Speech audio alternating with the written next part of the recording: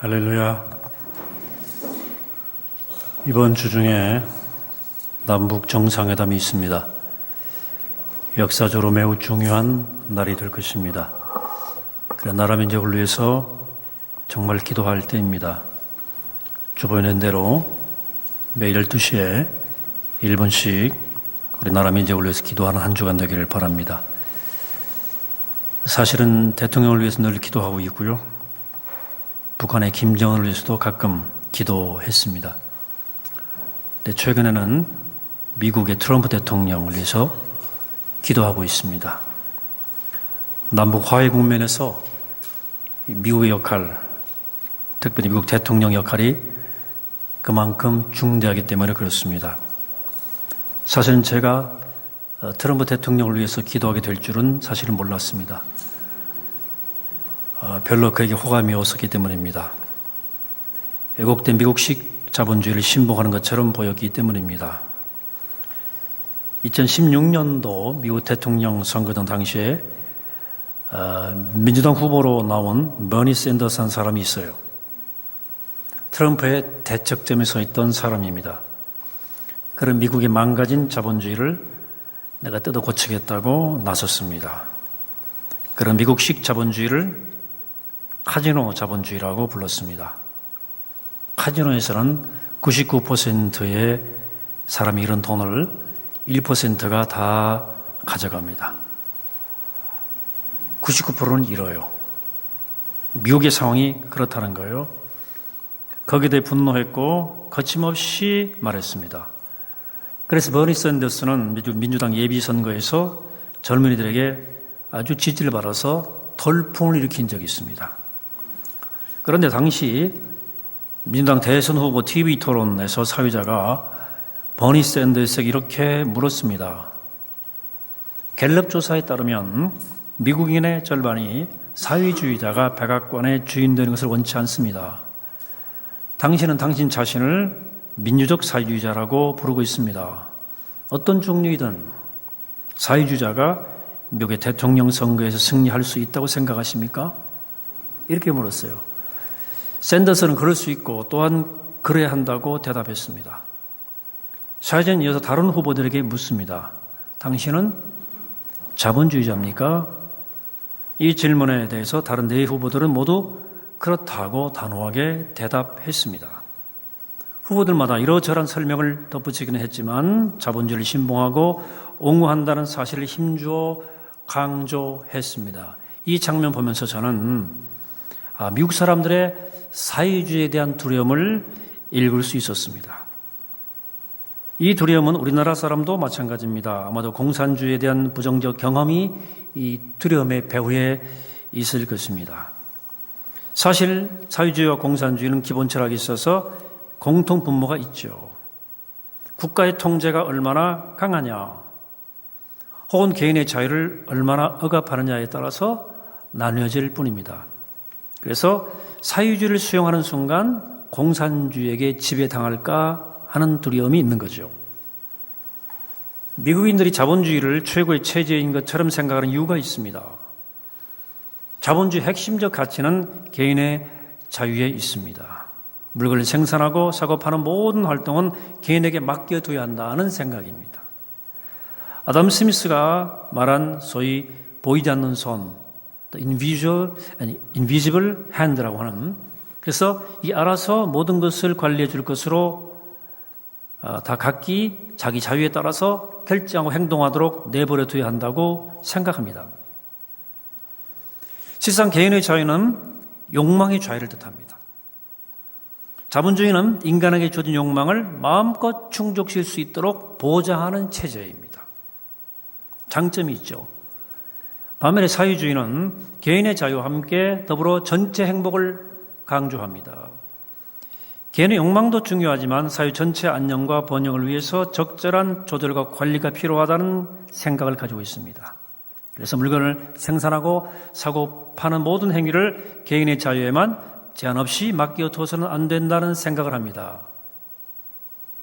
공산주의는 사회주의보다 훨씬 더 국가의 관리와 통제를 강조함으로써 개인의 자유를 부정하기에 이르렀죠. 모든 것을 국가가 결정하고 관리를 합니다. 그러나 공산주의 대표격이었던 국가였던 구소련과 동유럽이 무너지면서 공산주의가 실효성이 없는 체제란 사실이 역사적으로 증명이 됐어요. 그래 북한도 지금 보면 중국식 개혁개방으로 가려는 것이 아닐까 우리가 추측할 수 있지 않겠습니까? 그렇다면 예수의 제자들, 그리스도인들은 자본주의입니까? 사회주의자입니까? 아니면 공산주의 가깝습니까?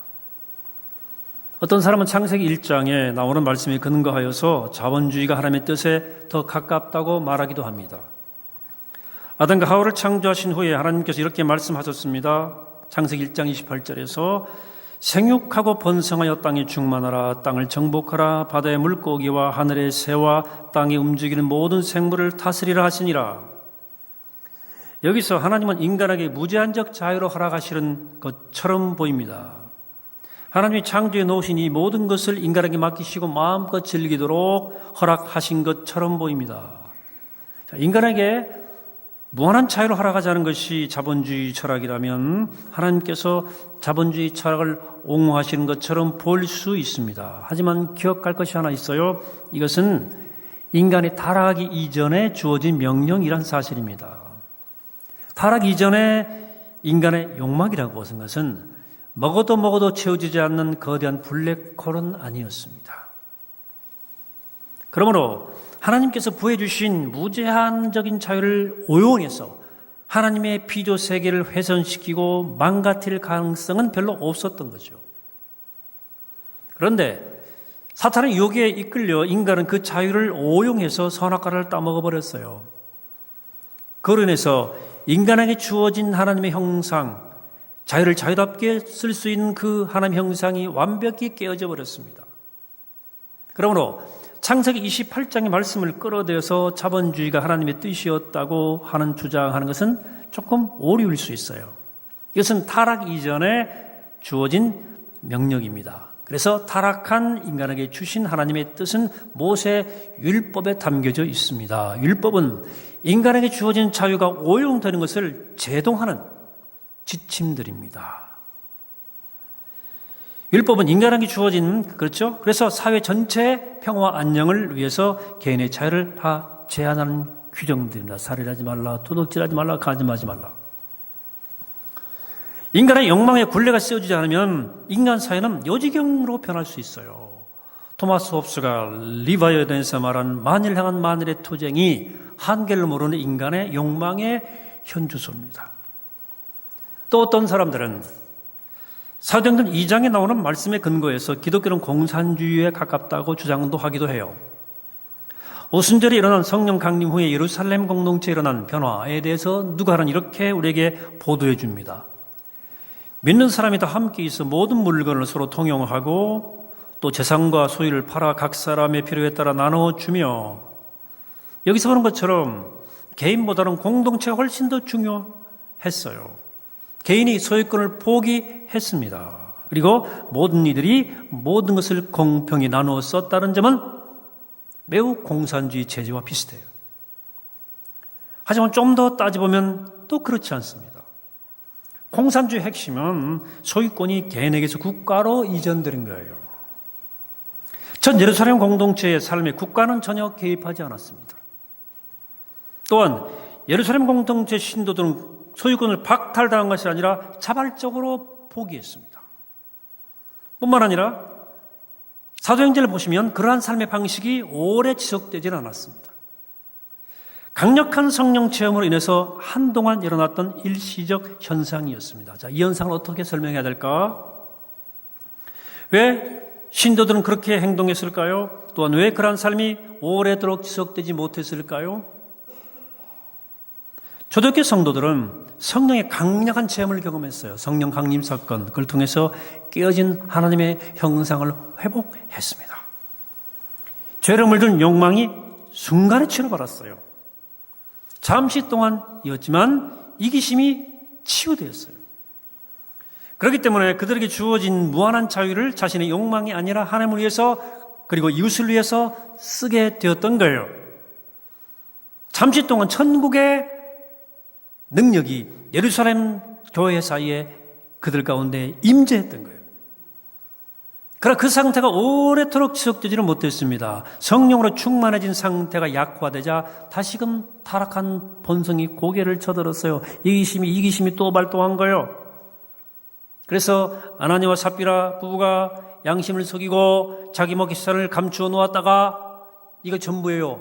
거짓말했다가 큰 재앙을 맞지 않습니까? 그리고 얼마 후에는 구제의 금을 나누어 주는 일로 교회가 분열을 겪습니다.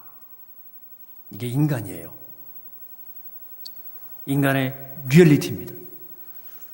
우리 모두는 하나님의 형상을 따라 지어졌지만 동시에 타락한 주인이에요. 이게 인간의 실체예요. 자본주의는 그래서 인간의 타락성에 대해서 너무 낙관적인 측면이 있어요. 개인에게 무한한 자유를 줘도 된다고 생각해요. 인간은 성숙하니까. 반면에 공산주의는 인간의 타락성을 너무 심각하게 취급해서 인간의 개인의 자유를 다 박탈해버립니다. 깨어지기는 했지만 여전히 인간에게 하나님 형상이 남아있다는 사실을 인정하지 않는 거죠.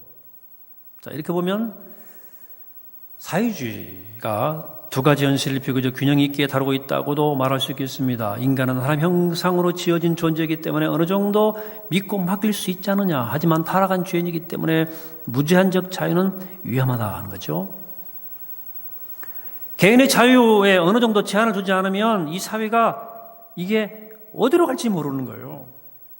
그러므로 개인이 자신의 욕망을 따라 살아갈 수 있도록 어느 정도 여지를 주는 한편 사회 전체의 평화와 안녕이 도움이 되도록 제한해야 된다.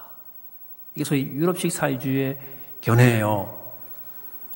여기까지 들으시고 우리 목사님은 그러면 사회주의자네 라고 하실 분들이 계실지 모르겠습니다만은 만일 제가 예수의 제자가 아니었다면 사회주의를 저희 이념으로 삼았을지도 모르겠어요. 하지만 저는 사회주의자는 아닙니다.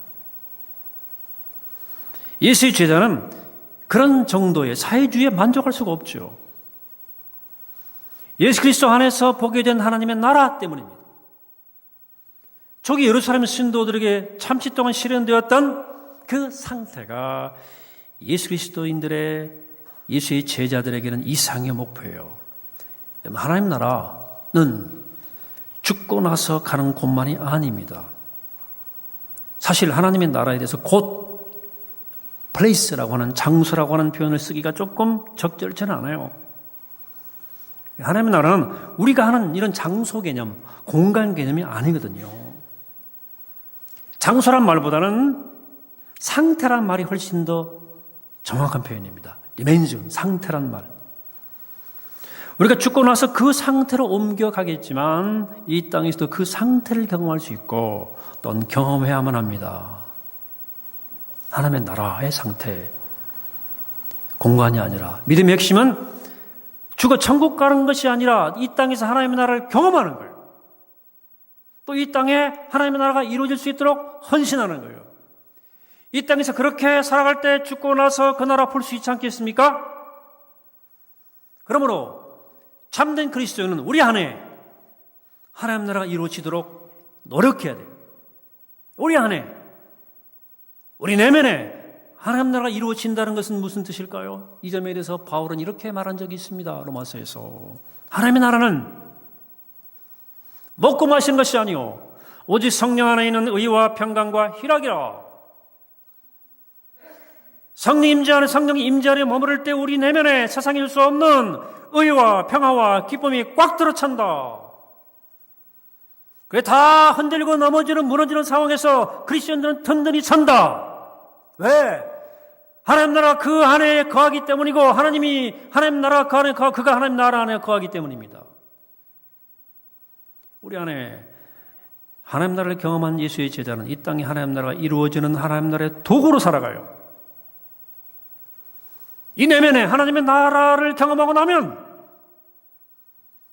그 하나님의 나라의 상태가 이 땅에 이루어지기를 소망해요. 기도해요. 또 애써요. 저 예루살렘 교회 신도들에게 일어났던 사건이 바로 이거예요. 그들은 강력한 성령 체험을 통해서 그들 안에 하나님의 나라의 상태를 경험했어요. 불안과 모든 염려와 걱정이 다 사라졌어요. 말로 표현하기 어려운 담대함과 평강이 가슴에 가득 찼어요. 이기심이 사라지고 사랑과 자비가 넘쳤어요. 그래 부유한 신도들이 마음에 가난한 신도들에 대한 긍휼함이 넘쳤어요. 두고 볼 수 없는 거야. 가난한 신도들의 마음에는 자족하는 능력이 들어차서 예수 한 분으로 충분해.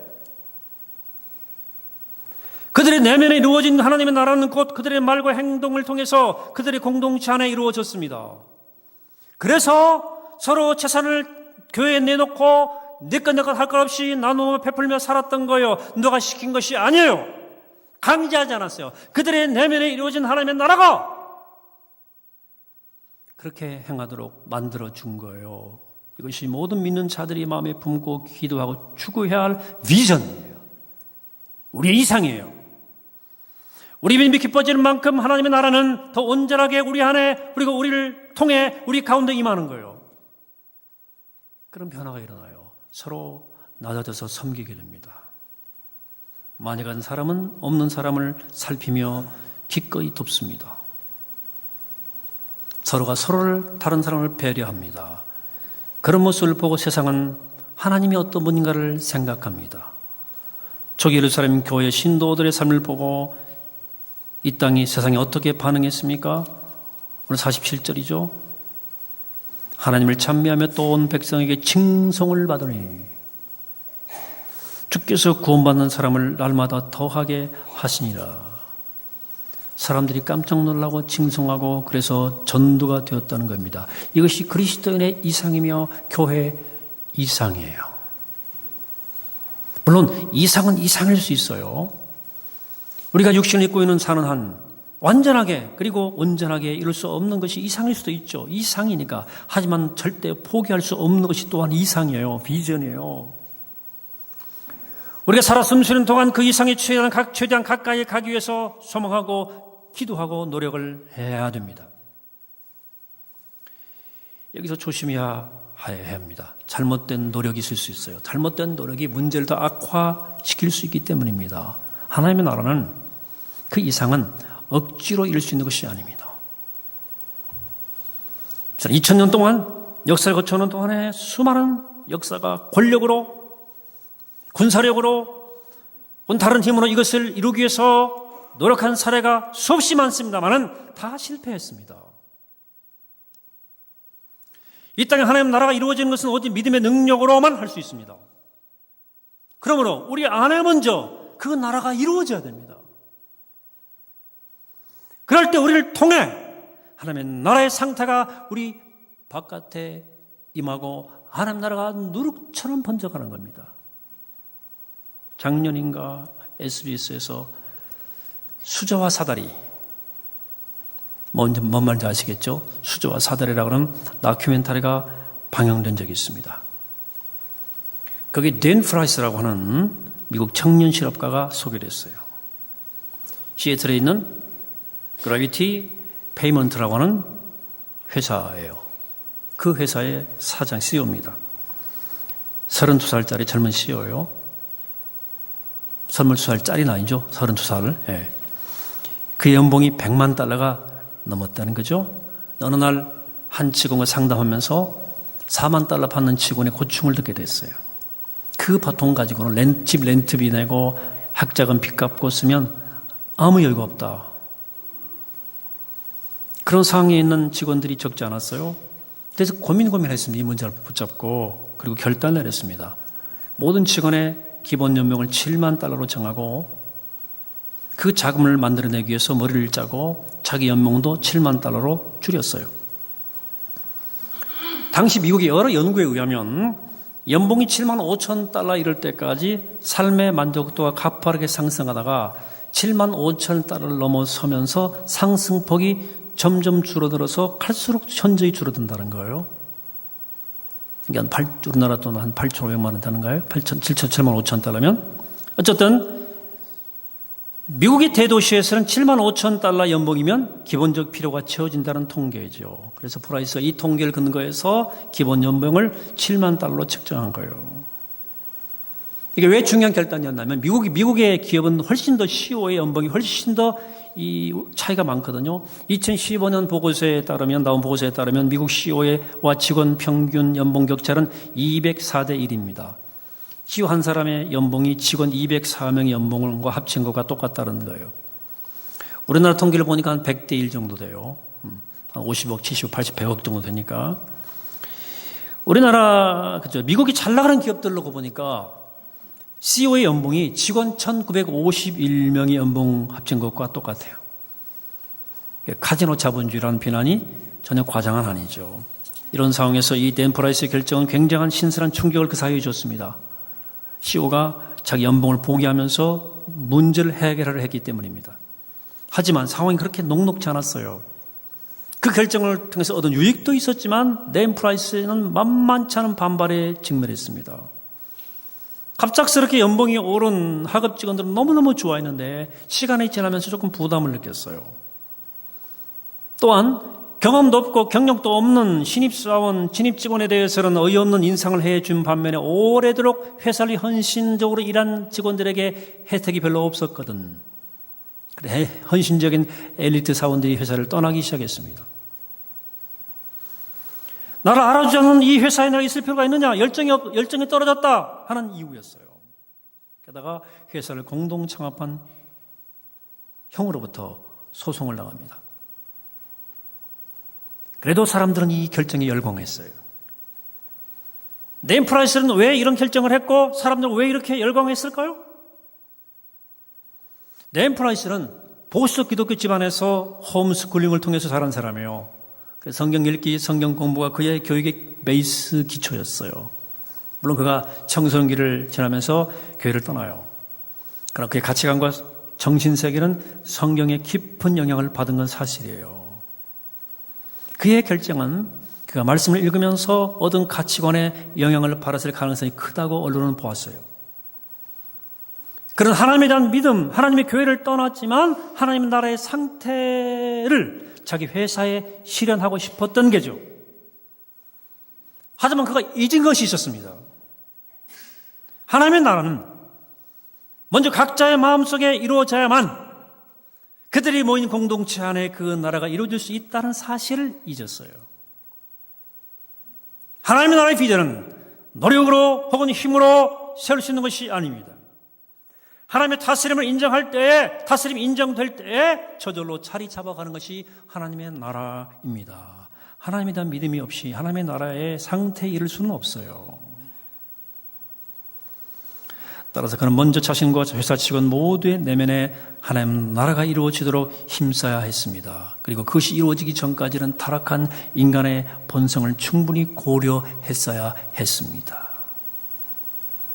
하나님의 나라는 인간의 고안한 자본주의, 사회주의, 공산주의를 뛰어넘습니다.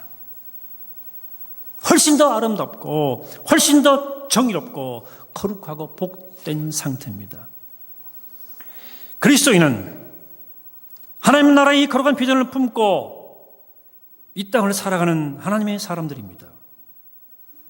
그래 먼저 내 안에 하나님 나라를 먼저 이루게 하고 또 자신을 통해 내가 속한 공동체의 하나님 나라가 이루어지도록 하는 것, 이것이 그리스도인들이 살아가는 삶의 방법이에요.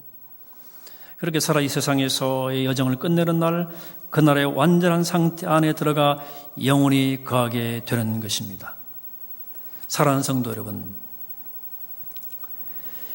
비틀린 자본주의 체제 안에서 살아남기 위해서 고군분투하는 분들 우리 가운데 많습니다. 이러저런 이유로 경제적 어려움을 당하는 분들을 볼 때 참 마음이 아프죠.